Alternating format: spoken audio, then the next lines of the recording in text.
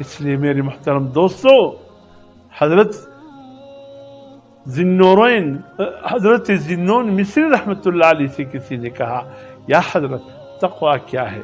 فرمایا، انسان کے دل میں جتنے آرزو ہے، انسان کے دل میں جتنی تمنا ہے، ان سب کو ایک مجسم شکل بنا کر لوگوں کے سامنے پیش کرے، اور تو اس کو دیکھے، مجمع بھی دیکھے، اور تو سر اٹھا کر دیکھے، الحمدللہ ان تمناؤں میں میرے دل میں ایسی کوئی تمنا نہیں میں کہ لوگوں کے سامنے سر جھکا دوں۔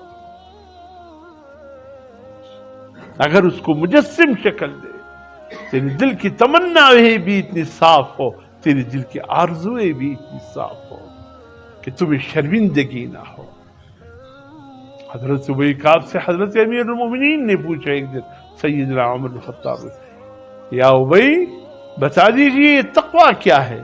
فرمایا، امیر المومنین کبھی کانٹوں والے راستے سے گزرنا ہوا جہاں دائی بھی کانٹے ہو، بھائی بھی کانٹے ہو، ہوتے ہیں نا، بعض زمینیں ایسی ہوتی ہیں راستہ تنگ ہوتا ہے، کیتیاں ہوتی ہے، دائیں بائیں کیت ہوتے ہیں، تو وہ حفاظت کے لیے وہ کانٹے دار وہ لگا لیتے ہیں تاکہ کوئی اندر نہ آئے، باغات کے کنارے لگاتے کوئی اندر داخل نہ ہو، جانور انسان کوئی باغ کو نقصان نہ پہنچائے۔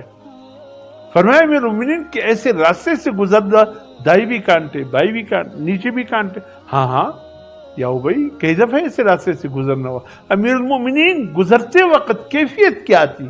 فرمایا دامن کو بچا بچا کر نکلا، سوچ فکر کے ساتھ نکلا، کہیں کسی کانٹے سے دامن الجھ نہ جائے۔ فرمایا امیر المومنین بس یہی دنیا کی زندگی ہے، قدم قدم پر گناہوں کی کانٹے بکھرے پڑے، دائی بھی کانٹے، بھائی بھی کانٹے، نیچے بھی کانٹے۔ امیر المومنین اس دنیا کی راہوں سے ایسے گزرنا ہے کہیں دامن ان گناہوں کی کانٹوں سے الجھ نہ جائے۔ گناہ زیادہ ہے، گناہ زیادہ ہے، احتیاط کے ساتھ زندگی گزارنی پڑتی ہے، گناہ زیادہ ہے، کانٹے زیادہ ہے۔